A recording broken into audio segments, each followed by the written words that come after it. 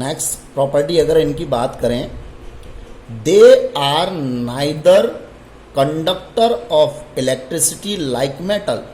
ये मेटल की तरह इलेक्ट्रिसिटी के ना तो ये कंडक्टर होते और nor insulator like non metal, और ना ही नॉन मेटल की तरह इंसुलेटर मतलब को चालक होते।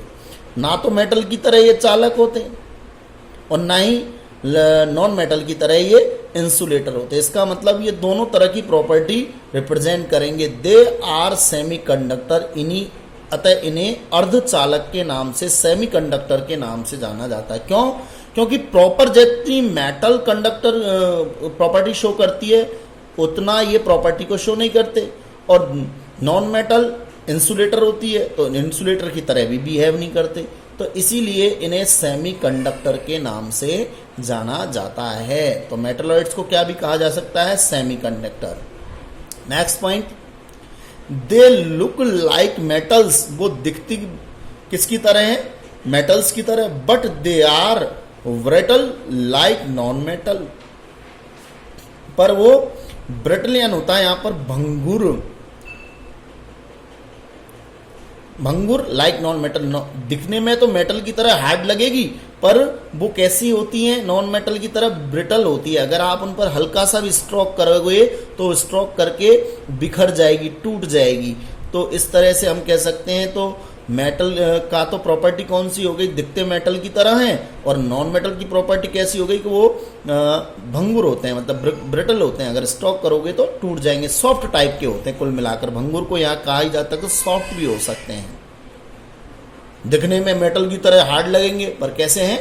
सॉफ्ट होंगे।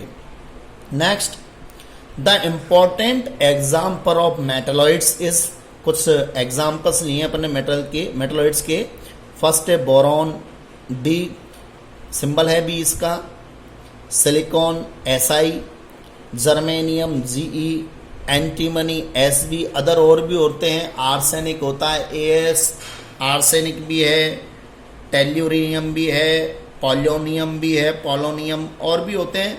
तो ये आपकी मेटलॉइड्स हो गई complete.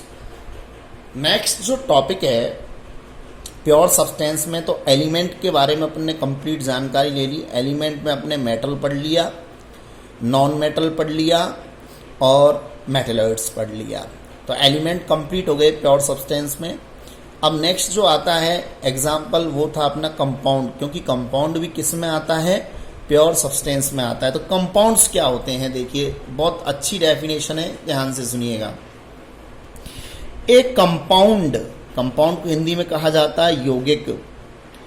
A compound is a substance, एक कंपाउंड वह पदार्थ होता है मेड अप ऑफ 2 और मोर एलिमेंट्स, 2 या 2 से अधिक एलिमेंट से मिलकर बना होता है, पदार्थ होता है। केमिकली कॉम्बाइंड, जो एक दूसरे से केमिकली कॉम्बाइंड होते हैं, मतलब जो कंपाउंड फॉर्म होगा वो 2 एंड मोर देन 2 एलिमेंट से फॉर्म होगा, और वो जो एलिमेंट्स होंगे वो केमिकली एक दूसरे से कंबाइंड रहेंगे। जैसे हो सकता है, अभी एग्जांपल लेंगे अपन, इन ए फिक्स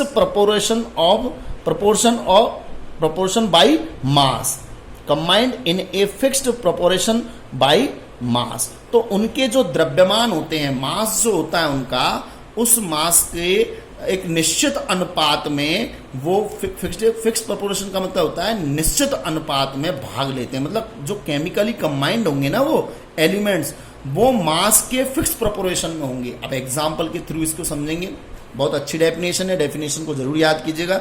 एक compound is a substance, compound वह पदार्थ होता है made up 2 and more than 2 element, जो 2 या 2 से अधिक तत्वों से मिलकर बना होता है, और वो केमिकली कंबाइंड होते हैं, रासायनिक रूप से संयुक्त होते हैं। In a fixed proportion by mass, उनके द्रव्यमानों के निश्चित अनुपात में जो है कि वो केमिकली रूप से कंबाइंड होते हैं। अब एग्जांपल देखेंगे। Water is a compound made of hydrogen and oxygen. जो वाटर का फॉर्मूला क्या होता है भाई? वाटर का फॉर्मूला होता है H2O। इधर ले लेते हैं, वाटर का फॉर्मूला होता है H2O। तो water is a compound made of hydrogen and oxygen in the ratio 1/8। अब ये रेशो कैसे निकाला है मैं भी आपको बताऊंगा, by mass and it's formula is H2O।